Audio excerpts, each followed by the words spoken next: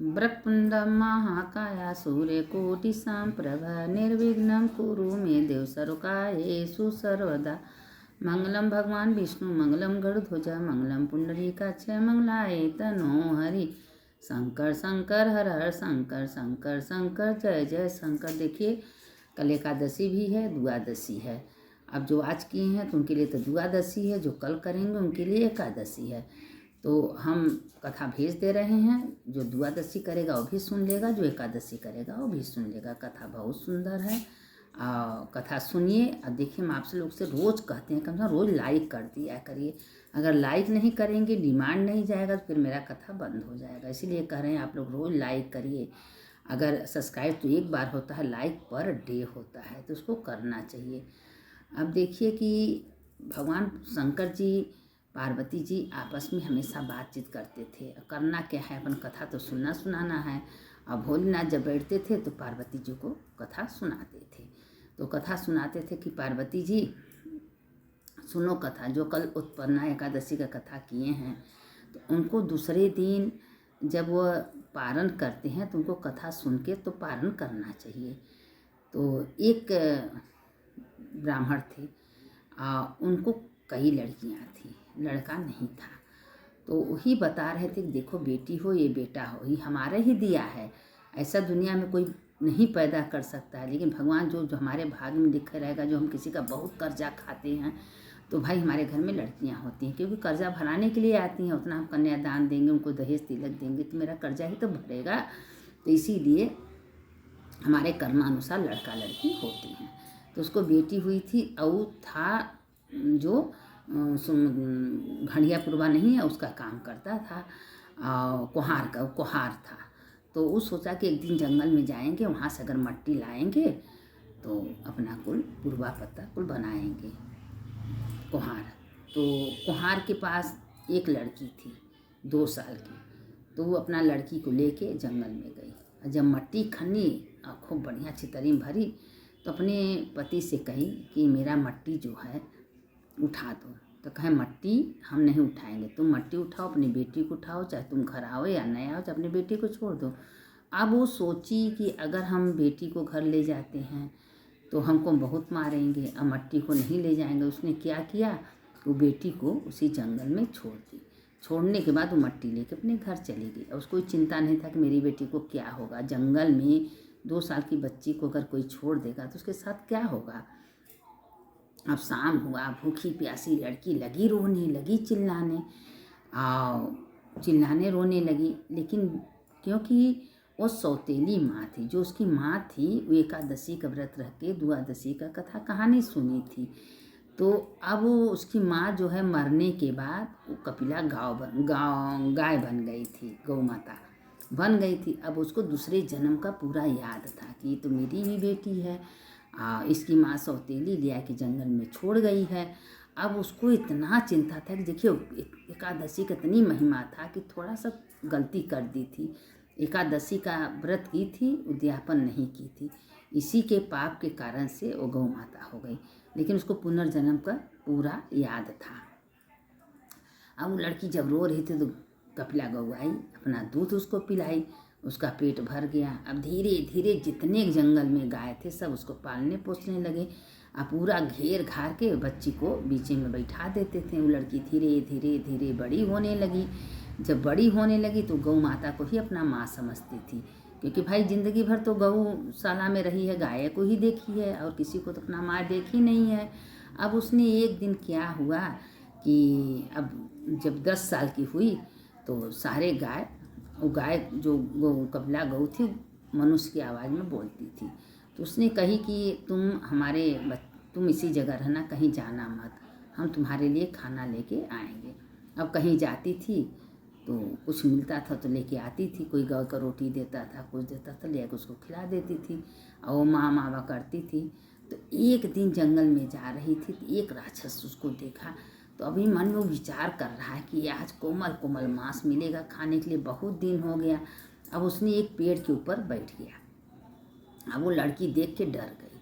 तो गाय पूछी बेटा क्या हुआ। कहे एक राक्षस था और हमको देख रहा था, हमारे यहाँ आया और उसके लिए कोने बैठी थी। अब गाँव सोची कि ठीक है, तो वो दिन तो नहीं मार पाया। दूसरे दिन कहा चलो कल जब गाय वो चली जाएंगी तो हम आएंगे। अब गाय को तो पता चल गया था, वो दिन कहीं गाय गई नहीं, जुट बना के उसी जगह छिप गई।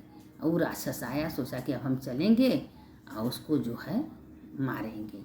मारने के लिए जब वो गाय जा रही थी, उसी समय क्या हुआ कि जब गौ माता, जब पूरा गाय माता इकट्ठा हो गई थी, तो उसी समय वह राक्षस आया। सारे गाय उसको अपने सींग से मार मार के भरता बना दी। जब भरता बना दी, सारे कोई कमर तोड़ दिया, कोई पैर तोड़ दिया, और ऐसे अपने सींग से दबा के ले जाके गौ माता जो है जंगल में फेंक दी। कहें बेटा अब तुमको डरने की ज़रूरत नहीं, वो राक्षस मर गया। अब करते करते वो लड़की धीरे धीरे, देखिए पुनर्जन्म का कर्म हमको इस जन्म में मिलता है। अब वो थोड़ा सा एकादशी का नादर के कारण गौ माता हुई, उनको पुनर्जन्म का पूरा याद था, अपनी बच्ची को कैसे गौ माता के रूप में पाल रही हैं। और उनको याद था कि मेरी ही लड़की है, क्योंकि जन्म में मनुष्य थी, दूसरे जन्म में गाय बन गई थी। और जंगल में जाके अपनी बेटी को कैसे पाले, क्योंकि एकादशी का व्रत करने से द्वादशी का कथा सुनना चाहिए, नहीं सुनने से दोष लगता है, कुछ न कुछ कहीं गड़बड़ी हो जाता है।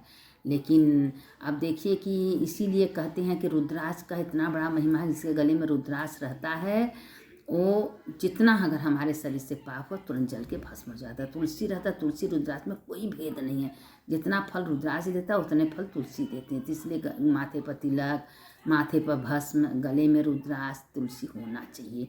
चाहे तुलसी हो चाहे रुद्राक्ष हो, एक ठो होना चाहिए।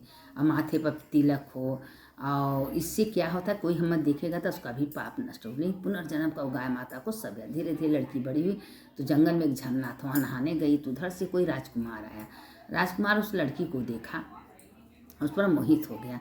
अपने घर गया, अपने पिता से कहा कि हम उससे शादी करना चाहते हैं। उसका पिता उता सब आया, देखा तो उससे अपना शादी कर दे। जब राजकुमार वहाँ गया, जाने के बाद क्या हुआ कि जब राजकुमार वहाँ गया अपने घर, सबसे कहा तो लोग आए, शादी कर दिए। तो कहे कि कुछ दिन ले जाए राजमहल में, राजकाज उसको सिखाने के बाद क्या हुआ, उससे शादी कर लिए तो राजमहल में, लेकिन वो उदास थी। तो कहे तुम क्यों उधर, कहे अपने माँ से मिल। कहा तुम्हारी माँ कौन? कहे हमारी माँ तो गौ माता है, हमको तो पता नहीं मेरी माँ कौन थी। तो गैया के महल में आए, गौ माता से अपना मिलजुल के गई। गाय माता गले लगा के फिर राजकुमारी अपने घर पे। तो वहाँ गई तो साड़ी गहना कीठो कपड़ा सब मिलेगा, क्योंकि उस लड़की के माँ का इतना पुण्य था कि उस माँ के पुण्य से वो लड़की राज घराने में चली गई। और सुंदर तो थी, और उसकी माँ उसको गाय के रूप में पाली पोसी थी। तो ये हमारे ही कर्म का फल हमको मिलता है। अगर हम जैसा कर्म करते हैं वैसा फल मिलता है। तो इसीलिए एकादशी का व्रत रह के द्वादशी का भी कथा जरूर सुनना चाहिए। अब उस लड़की को देखिए कि उसकी माँ गलती की, लो द्वादशी का जब कथा सुनी तो उसके सारे पाप नष्ट हो गए।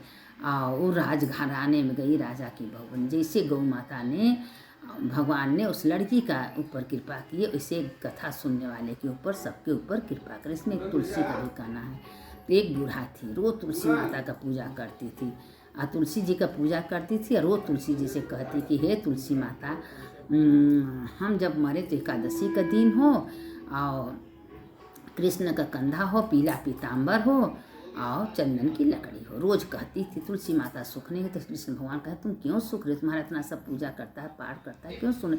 कहीं एक बूढ़ा रहते हैं, बहुत मन से पूजा करते, रोज मांगते हैं, कुछ तो दे देंगे, कृष्ण का कंधा कहाँ दे। कहा तुम चिंता क्यों की हो, जो तुलसी माता का पूजा करता हो, कोई कृष्ण का कंधा नहीं मिलेगा। जो संध्या सवेरे तुलसी को दीप जलाता है, पूजा करता है, तो कृष्ण भगवान दौड़े दौड़े आते हैं। और संजोग देखा कि बूढ़ा अपने उम्र अनुसार एक दिन मर गए, और मरी एकादशी के दिन। अब सारे लोग मट्टी उठा रहे, मट्टी उठ ही नहीं रहा है, कैसे उठे, शरीर भारी हो गया। भाई उनको तो कृष्ण भगवान को उठाना था। तो जब पता चला कृष्ण भगवान दौड़े दौड़े बालक रूप में आए, कहें भाई सब उठा के हार गए, तुमसे कैसे उठेंगे। तो कहें एक बार हम भी ट्राई करें। जब ट्राई किए तो कहें कि भाई कृष्ण आ गए, कृष्ण कंधा देने, चंदन की लकड़ी, गंगा का घाट, और एकादशी का दिन। अब बूढ़ा दम हल्की हो गई, कृष्ण भगवान ले गए। अब बूढ़ा को चंदन की लकड़ी से गंगा के किनारे एकादशी के दिन उनका दाह संस्कार किया। सोने का विमान आया, बूढ़ा स्वर्ग लोक में, वैकुंठ लोक में चली गई। जैसे तुलसी माता बूढ़ा का दिन लौटाए वैसे सबका लौटाए। जो इस कथा को सुने सबके ऊपर तुलसी माता और भोलेनाथ कृपा करें। इसीलिए कथा का बहुत महत्व है। और सब आप कल कथा इसको जरूर, जो एकादशी का व्रत कल रहेगा वो भी नहीं रहेगा वो भी, दोनों कथा ही कल आप लोग सुन लीजिएगा। सुनने का बड़ी महिमा है। सुनने वाले की जय, सुनाने वाले की जय। शंकर शंकर हर हर शंकर शंकर शंकर, जय जय शंकर। राम रामेति रामेति रमे रामे, मनोरमे सहस्रनाम तत्तुल्यं राम नाम वरानने। अच्युतं केशवं राम नारायणं कृष्ण दामोदरं वासुदेवं हरि श्रीधरं माधवं गोपिका वल्लभं जानकी नायकं रामचंद्रं भजे। जो इस कथा को सुने उसका भी जय हो, जो सुनाए उसका भी जय हो, दोनों का जय हो। कथा का बहुत महिमा है। और बार बार कहते हैं आप लोग रोज रोज लाइक ज़रूर किया करिए। लाइक करने से कथा इसी तरह मेरा जाता रहेगा। हर हर महादेव, घर घर महादेव।